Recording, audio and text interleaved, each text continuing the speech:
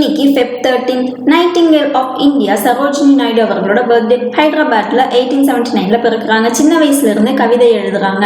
English, Telugu, Bengali, உருதுன்னு நிறைய languages கத்துக்கிறாங்க. இங்கிலீஷ்ல கவிதை எழுத ஆரம்பிக்கிறாங்க. இவங்களோட ஒர்க்ஸை பார்த்து ஃபேசினேட் ஆன ஹைதராபாத் நிசாம் ஒருத்தர் இவங்க வெளிநாடு போய் படிக்கிறதுக்கு ஸ்காலர்ஷிப் வழங்குறாரு. தென் இவங்க புக்ஸ் எழுதுறாங்க. இவங்களோட famous books the golden threshold, the bird of time, the broken wing. இவங்களோட கவிதைக்கு நேருஜி, தாகூர் உட்பட உலகம் முழுவதும் இவங்களுக்கு ரசிகர்கள் இருக்காங்க. 1905 பார்ட்டிஷன் ஆஃப் பெங்கால் அப்போதான் இவங்க இந்தியா சுதந்திர இயக்கத்துல சேர்றாங்க.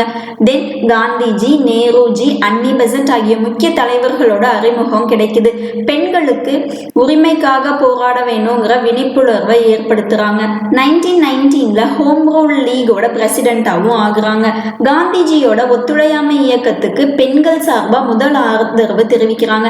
1925ல இந்தியன் நேஷனல் காங்கிரஸோட பிரசிடென்ட் அப்பாயிண்ட் பண்ணப்படுறாங்க. இவங்க தான் first woman president of Indian National Congress.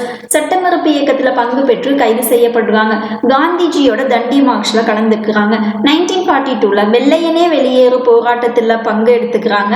மீண்டும் கைது செய்யப்பட்டு 21 மாசம் சிறையில் அடைக்கப்படுறாங்க.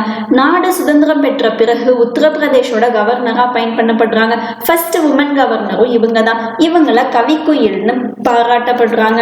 இவங்க பர்த்டேவை நேஷனல் உமன்ஸ் டேவா செலிப்ரேட் பண்றாங்க. இன்னைக்கு இவங்களோட பர்த்டே. தென் இன்னைக்கு பர்த்டே செலிப்ரேட் பண்ற எல்லாருக்கும் ஹாப்பி பர்த்டே.